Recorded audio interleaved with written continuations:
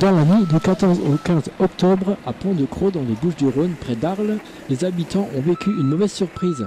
Un phénomène météorologique est venu déranger les résidents. Une mini-tornade a dévasté plusieurs toitures qui, aujourd'hui, sont remplacées par des bâches, le temps qu'une expertise soit réalisée pour être indemnisés par leur assurance respective. Mais les vitres de voitures ont connu la même punition. Le lendemain, quelques rues sont coupées. À l'heure actuelle, ils sont tous en train de s'entraider avec la présence des pompiers et des agents municipaux venus prêter main forte.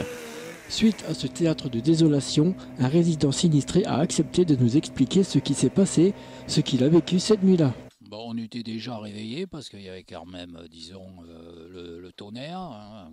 Il y avait quand même un orage et puis une averse qui était quand même assez forte.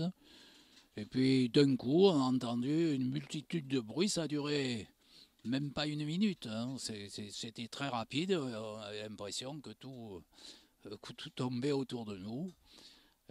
Voilà, et donc on s'est levé à ce moment-là. Bon, on n'avait pas de courant électrique, donc pas de lumière. Il était à peu près 4h30. On s'est avancé jusque devant la porte de la maison, qui est une porte vitrée, et on s'est aperçu que là, la porte était complètement bloquée par la végétation. Et en fait, c'était deux des gros arbres qu'on avait dans le jardin, qui se sont effondrés et qui sont tombés à la fois devant la maison et sur le toit.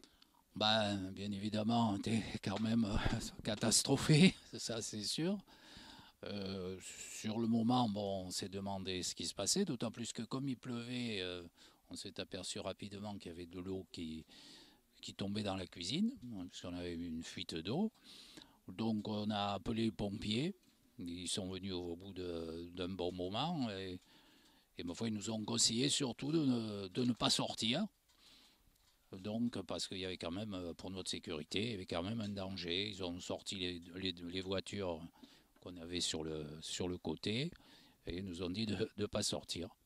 Le voisin qui s'était aperçu, là, eux qui ont eu le même problème, le voisin à côté, on a reçu un coup de téléphone, ils nous ont appelé pour nous demander si tout allait bien.